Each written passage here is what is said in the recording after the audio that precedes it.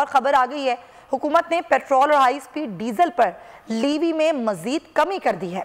जराये के मुताबिक कि पेट्रोल पर लीवी में ₹1.65 की कमी की गई है। मलिक सईद हमारे नुमाइंदे हमारे साथ हैं, उनसे मजीद बात करेंगे। मलिक, लीवी में कमी कर दी गई है, अब क्या कीमत हो जाएगी इसके बाद पेट्रोल की?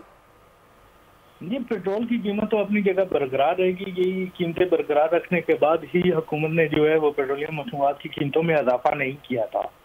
हुकूमत ने पेट्रोल पर लेवी में ₹1.65 फी लीटर जो है वो कमी की थी। इसी तरह पेट्रोल पर लेवी जो है वो ₹6.39 से कम होकर ₹4.74 फी लीटर मुकर्रर हो गई थी।